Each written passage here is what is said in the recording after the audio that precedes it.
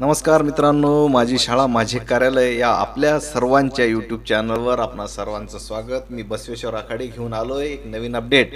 मित्रांनो बघा, शासनाच्या वतीने एक परिपत्रक या ठिकाणी जाहीर करण्यात आलेलं आहे की 18 एप्रिल 2022ला यांनी या परिपत्रकाचा विषय आहे मित्रांनो या ठिकाणी की महाराष्ट्र लोकसेवा हक्क अधिनियम 2015 यामधील कलम 3 आहे आणि त्यातलं पोटकलम 1 अन्वये लोकसेवा घोषित करण्याबाबत बघा, आता आपला जो शिक्षण विभाग आहे या शिक्षण विभागातील जी कामे होतात तर ही कामे आता या अधिनियम 2015 नुसार टाइम लिमिट की त्या प्रत्येक कामासाठी एक विशिष्ट कालमर्यादा दिली आहे। त्या कालमर्यादेच्या आतच ती कामं आपल्याला करावी लागणार आहेत। बघूयात तर मग ही कामं कुठली आहेत।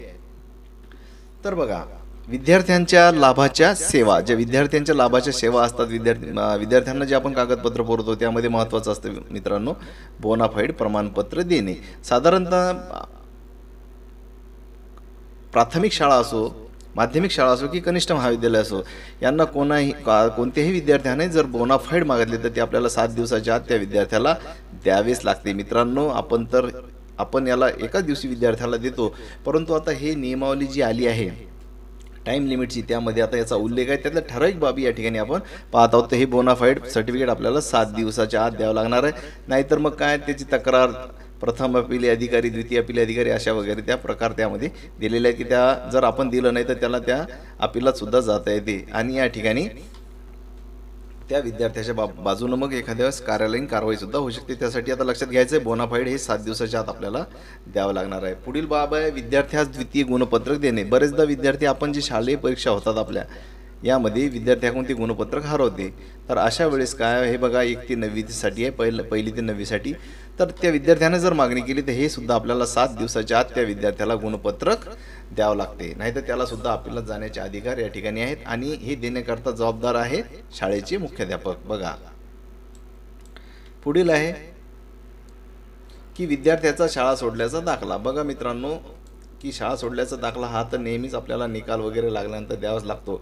बरेचदा शाळेत दाखल्यासाठी अडवणूक होते विद्यार्थी ॲडमिशनच्या दृष्टिकोनातून, परंतु जर एखाद्या पालकांना अर्ज जर केला तर दाखला हा 7 दिवसाच्या आत त्या विद्यार्थ्याला द्यावा म्हणजे द्यावाच लागतो आणि यासाठी जबाबदार व्यक्ती असते शाळेचे मुख्याध्यापक। त्यांना कोणत्याही परिस्थितीत हा दाखला आता अडवता येणार नाही, कारण 7 दिवसाच्या आत त्यांना ते द्यावंच लागेल। पुढील बाब बघूया, विद्यार्थ्यांचा शाळा सोडल्यावर दाखल्यावर प्रतिस्वाक्षरी देणे।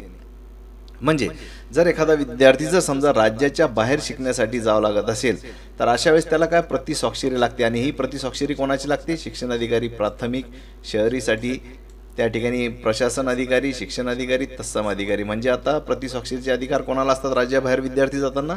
तर ते शिक्षण अधिकारी लेवलला, जिल्हा लेवलला अधिकार असतात आणि अशा जर पालकाने एखाद्या प्रतिस्वाक्षरीची मागणी केली तर शिक्षण अधिकारी यांना केवळ 1 दिवसाच्या आत त्या विद्यार्थ्याला त्याच्यावर प्रतिस्वाक्षरी द्यावं लागते।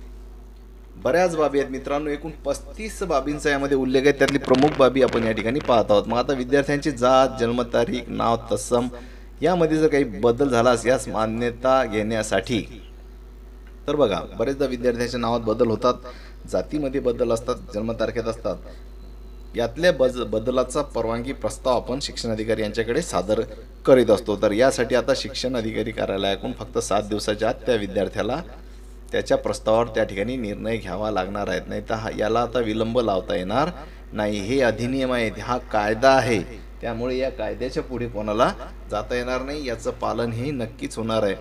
सोबतच आपण बघूया आता पुढील बाब की राजीव गांधी अपघात सानुग्रह अनुदान वितरण। बघा राजीव गांधी अपघात योजना त्या ठिकाणी विमा संरक्षण आहे विद्यार्थ्यांना या ठिकाणी माध्यमिक शाळेसाठी।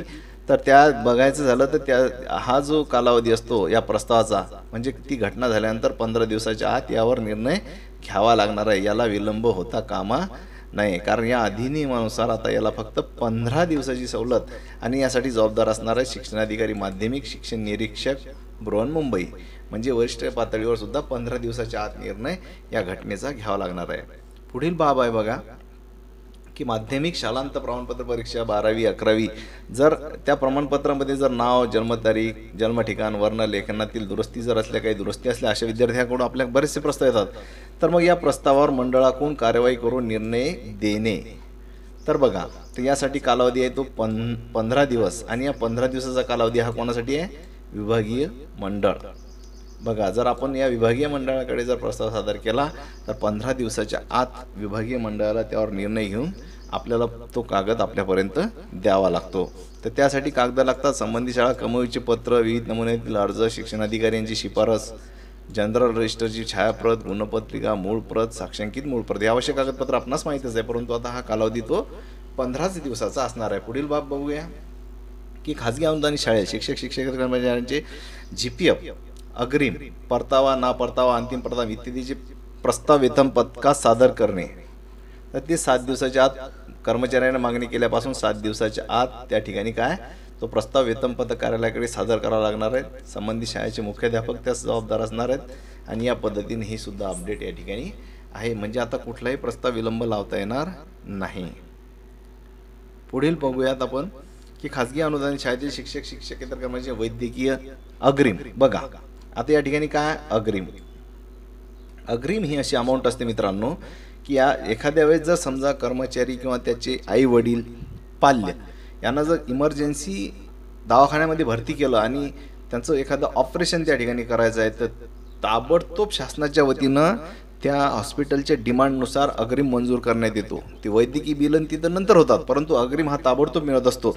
आणि याचा प्रस्ताव सादर केल्याबरोबर आपल्याला 2 दिवसात या अग्रिमाची व्यवस्था म्हणजे यास मान्यता उपसंचालक यांच्याकडून मिळणार आहे. आता हा कालावधी फक्त 2 दिवस आहे. म्हणजे आपण जर प्रस्ताव सादर केला त्या ठिकाणी उपसंचालक साहेबांकडे तर 2च दिवसात तो अग्रिम त्या ठिकाणी मंजूर होणार आहे. ही चांगली अपडेट या ठिकाणी आहे मित्रांनो. म्हणजे एखाद्या वैद्यकीय कारणास्तव ताबडतोब इलाज व्हावा त्या दृष्टिकोनातून पैशाची ही एक शासनाच्या वतीनं मदतच होणार आहे. पुढील अपडेट बघूया की खाजगी अनुदानित शिक्षकेतर वैद्यकीय खर्चाची देयक वरिष्ठ कार्यालयात सादर करणे. हे आपल्याला नेहमी अडचणीचं असते मित्रांनो, परंतु या संबंधात आता फक्त 7च दिवसात त्या ठिकाणी निर्णय घेण्याची त्या ठिकाणी टाईम लिमिट आहे. प्रस्ताव सादर करण्यास मुख्याध्यापक जबाबदार आहे आणि पुढील कार्यालयात शिक्षणाधिकारी माध्यमिक वगैरे यांना सुद्धा 7 दिवसाच्याच या ठिकाणी त्या ठिकाणी टाईम लिमिट दिलेली आहे. बघा मित्रांनो असे एकूण 35 त्या ठिकाणी मुद्दे या परिपत्रकाद्वारे दिलेले आहेत की त्यांना टाईम लिमिट आहेत. इतर मुद्दे आपण पुढील व्हिडिओ बघूया. हा व्हिडिओ जर आपल्याला आवडला असेल लाईक करा व चॅनलवर जर नवीन असाल तर सबस्क्राईब करायला विसरू नका.